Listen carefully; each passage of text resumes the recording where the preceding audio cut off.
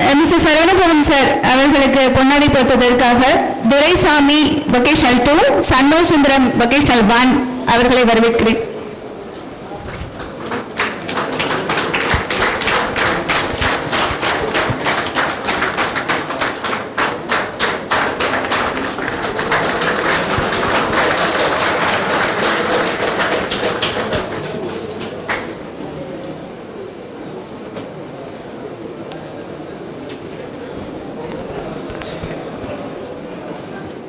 It is a hectic time to go for lunch and all. I was only chosen as the last teacher to speak to you by this time. But anyway, நீங்க இவ்வளவு டிசிப்ளின்டா இவ்வளவு அழகா நம்ம சைடில் எல்லாரும் white with all பார்க்கும்போது எவ்வளோ அழகா இருக்குது. ஸ்டூடெண்ட்ஸ் எல்லாம் வந்து அழைச்ச போது we were so proud. And apart from that, இன்னொரு சிறப்பு என்னன்னா this is the 25th year இல்லைங்களா உங்களுக்கு. அதே மாதிரி நாங்கள் டீச்சர்ஸ் எல்லாமே மீட் பண்ணுறதுக்கு எங்களுக்கு கிடைச்ச ஒரு பெரிய அரிய வாய்ப்பு எங்களுக்கு. மஞ்சப்பன் சார் 74 நான் இங்கே படிக்கும்போது I was only student, not direct teacher.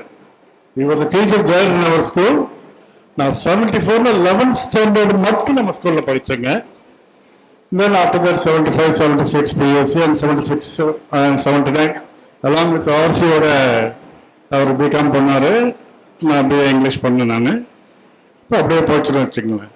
இங்கே இருக்கக்கூடிய அனைத்து ஆசிரியர்களும் பார்க்கும்போது நம்ம நாராயணன் சொன்ன சார் வந்து எனக்கு he was my colleague, he was my headmaster, என்னுடைய டிஓவாக இருந்தார், சிஓவாக இருந்தார். நான் புளியம்பட்டில் இருந்தபோது சில பில்டிங்குடைய சாங்ஷனிங் செக் அவர் தான் எனக்கு இஷ்யூ பண்ணார். அவர் ஸோ நிறைய கட்டிடங்கள் புளியம்பட்டியில் நாங்கள் செய்திருக்கோம். அந்த வேலை சாருக்கு ரொம்ப கடமைப்பட்டிருக்கோம். இருக்கக்கூடிய வரதராஜனையும் அவங்க ஃபேமிலி எல்லாம் பார்த்தீங்கன்னா நான் ஸ்டூடெண்டாக இருக்கும்போது பார்க்கங்க. மிஸ்ஸஸ் பேபி டீச்சரும் எங்கள் அக்கா ஒன்றா ஒர்க் பண்ணாங்க டுகெதர் பை நேம் மிஸ்ஸஸ் சிவகாமின் பேர். நீண்ட நெடிய நட்புள்ளவங்க. மாணவ பருவத்திலிருந்து அவருடைய குடும்பத்தோடு ஒரு நல்ல இனிய நட்பு இருந்தது எங்களுக்கு. இதெல்லாம் பார்க்கும்போது நாங்கள் what will me or we should advise to எங்களுக்கு ஏன்னா ஆல்மோஸ்ட் எல்லா டீச்சர்ஸுமே சொல்லிட்டாங்க. we'll just bring you to your knowledge. நம்முடைய இறையன்பு சீனியர் ஐஏஎஸ் ஆஃபீஸர் வந்து I read in a book. He was a son of a teacher. அவங்க அப்பா டீச்சராக இருந்திருக்காரு. அற்புதமான முறையில் அவர் வந்து ஒரு சின்ன ஃபார்முலா கொடுத்துட்டு போயிட்டு இருக்காருங்க. You should have a clean plan that should be systematic and put your hard work. இந்த மூன்றும் சேர்ந்து செய்தால் plan, systematic, hard work and you may fly in the air அப்படின்னு சொல்லுதான் நாங்கள் படித்த உணர்ந்த செயல்பாடுகள். எந்த துறையாக இருந்தாலும் நாங்கள் கல்வித்துறையில் இருந்துட்டு இருக்கோம். ஆஃப்ரேட் கற்றத்துறைக்கு நாங்கள் போயிருக்கோம். எதுவாக இருந்தாலும் உங்களை ஐக்கியப்படுத்தி நீங்கள் முறையாக அதில் நன்றாக பயிற்சி எடுத்துக்கொண்டு நல்ல கடின உழைப்பு கொடுத்தால் அண்ட் ரீச் தி பினாக்கல், அவனுடைய உச்சத்தை நீங்க தொட்டுலாம். நீங்க அந்த அளவுக்கு ரொம்ப சிஸ்டமேட்டிக்கா இருக்கீங்க. அன்னைக்கு வந்து எங்களை அழைச்சவங்களை பார்த்தீங்கன்னு சொன்னா ஒரு இன்ஜினியர் இருந்தாரு, அந்த கூட்டத்தில் ஒரு வக்கீல் இருந்தாரு, ஒரு மருத்துவ கடையினுடைய ஓனர் இருந்தாரு லாரன்ஸ். அவர் அப்படிதான் சொல்லணுங்க. இப்படி வந்து அழைச்ச போது ரொம்ப சந்தோஷமா இருக்குது.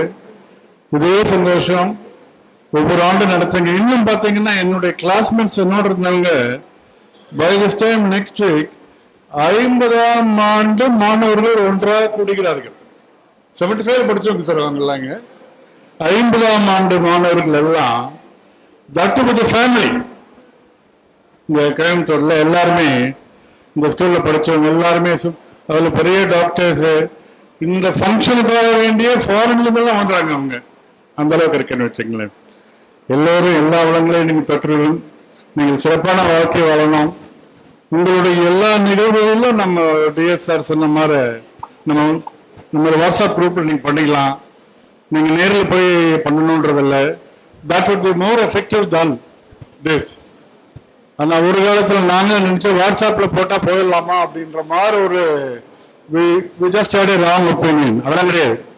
இன்னைக்கு எல்லா செயல்பாடுகளும் ஹையஸ்ட் ஒரு ரீச்சபிள் கம்யூனிகேஷன் எடுத்துட்டா வாட்ஸ்அப் தான்.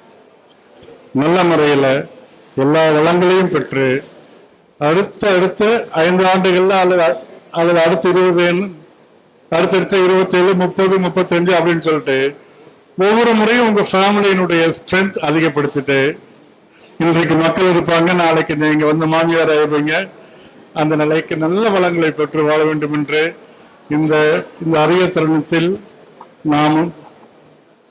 நாம் இறைவனை வேண்டி வணங்கி விடைபெறுகிறேன். நன்றி, வணக்கம். We should plan along with systematic hard work அப்படின்னு சொல்லிட்டு சரியா திட்டமிடணும். அதை வந்து சரியான முயற்சியில நம்ம நிறைவேற்றணும் அப்படின்னு நமக்கு தெளிவாக சிறப்புரையாற்றின நமது சரவணன் சார் அவர்களுக்கு நன்றியை தெரிவித்துக் கொண்டு